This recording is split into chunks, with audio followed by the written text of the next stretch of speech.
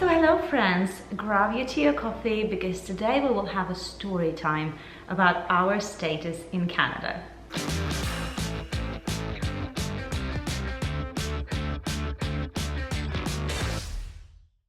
A few days ago, I posted a story on my Instagram. Here is my handle.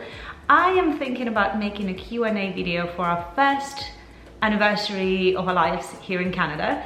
And a lot of people asked a ton of questions and I'm so grateful for that. What was a bit surprising to me is that I received a lot of questions from people asking me about our status here in Canada, like how are we here, are we permanent residents, are we here on work permit, have we joined a family? And it was really surprising to me because I thought if you were watching my channel you'd know, but I guess a lot of people are my pretty new subscribers, so I thought I'd just make a separate video about that and not answer that question in the Q&A, and I'll just have this video as a standalone one. So here we go. It was night before Christmas 2015 when Ollie and I decided that enough is enough and we want to try to live outside the UK, outside Europe. We only had two options, Australia and Canada, both English speaking, that we were very interested in. And both countries allow you to apply for an express entry program. You apply for this program hoping to collect a certain amount of points, and if you get enough points you are invited to apply for a permanent residence. This worked very well for us. Although we really wanted to try to live in the US, they don't have this program. The ever-changing immigration system is not something that we were very certain about. And we didn't just want to have a work permit and depend on the work situation. We wanted to have an official paper that allows us to stay here for as long as we want and not have to leave the country if you lose your job. So Australia and Canada were both very strong candidates in our research, but we decided that Canada worked better for us for one reason or another, and I will mention all those reasons up here in this video if you're interested. And we started doing our research towards express entry program, and it looked like it would work for us. We would get enough points. It's a very complicated process and please look into it yourselves, but I'll just tell you what we've gone through. So once we decided on Canadian express entry skilled worker program, even before we applied for an invitation to apply, hoping we'd get enough points, we started looking into what kind of paperwork we would need. But Ollie and I have gone through this process before when we were getting married. I'm from Ukraine, Ollie's from France, and we were applying to get married somewhere, but then live in England together. And it was very, very complicated and expensive and long-winded process. We just had a tunnel vision and we were just following the list step by step because you don't really have another choice.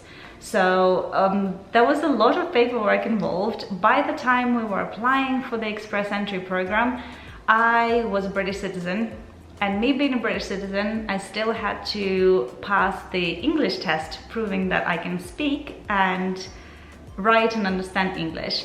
And Ollie had to do the same, and Ollie had to also do French, even though he's a French citizen, because Canada has two official languages and you can get extra points if you also speak French. So there we were, booking English tests at our local Southampton University, and Ollie was booking a trip to go to Paris to pass his French test. There was a chance to pass his French test in London, but it was a very long wait and it was a lot more expensive than actually Ollie traveling to Paris for a day, passing his test and coming back home. And not long after Ollie received his French test, so we were already there, and then we had to get a paper from every country we've lived in for more than 6 months. So that was Ukraine and the UK, and for Ollie it was UK, France and Ireland, proving that we don't have any criminal offense records. It was a funny one because for the UK and Ireland and France, Ollie just had to apply online for this kind of paper, contacting the police.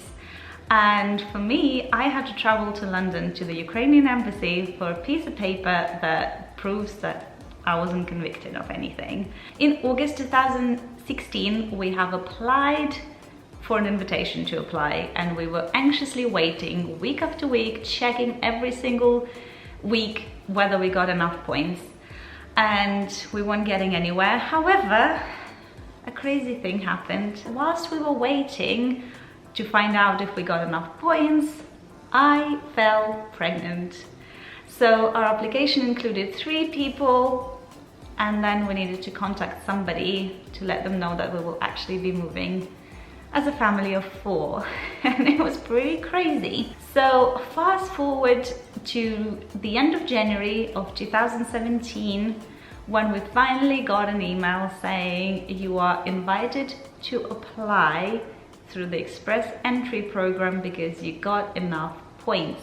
And that's when the fun part started. That was the time when we needed to submit all the paperwork that we were collecting so far, or starting to apply for something so it has a very recent date on it.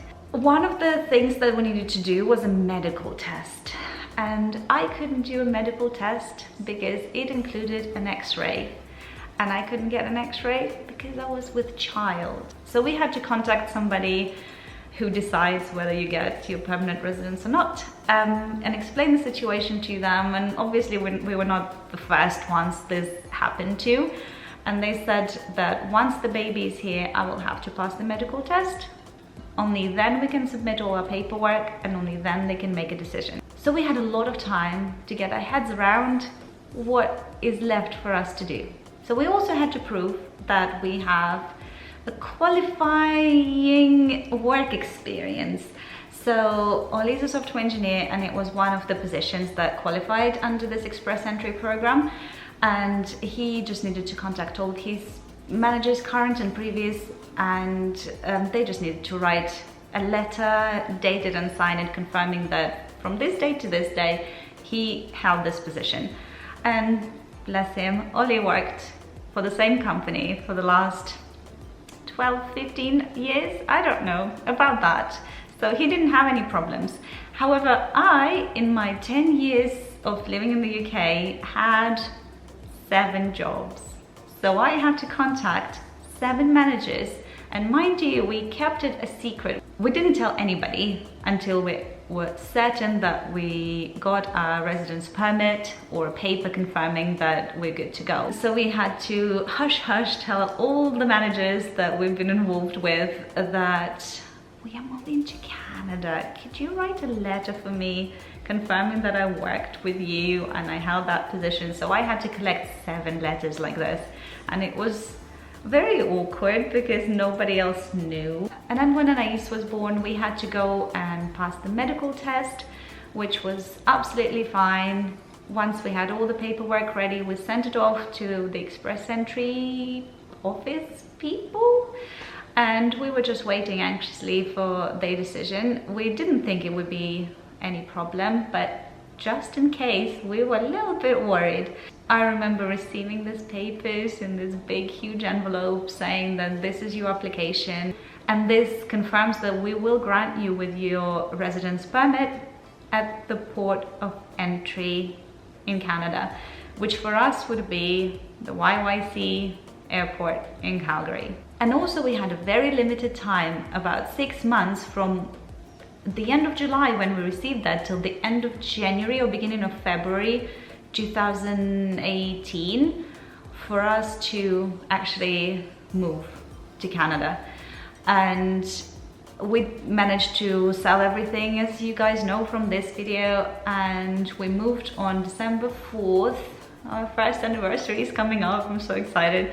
And at the port of entry, as I said, we stood in a short queue at Calgary airport with all our papers, and we were given a paper that this is it, you are permanent residents of Canada, and we will send you your permanent residence cards in the post within the next couple of weeks.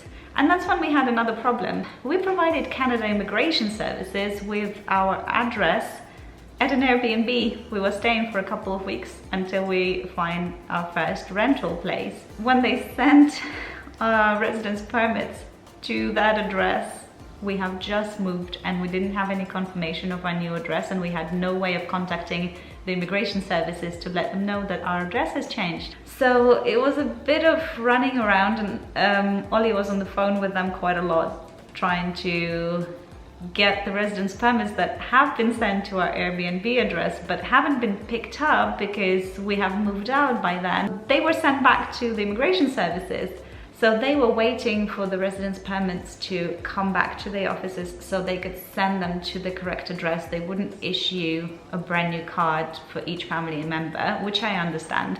So about 2 months after we moved, I want to say it was about a couple of months after, we received our residence permit cards, but we were officially permanent residents of Canada as soon as we arrived at Calgary airport and went through that application process. So here we are, almost a year after, enjoying life through our upcoming second winter.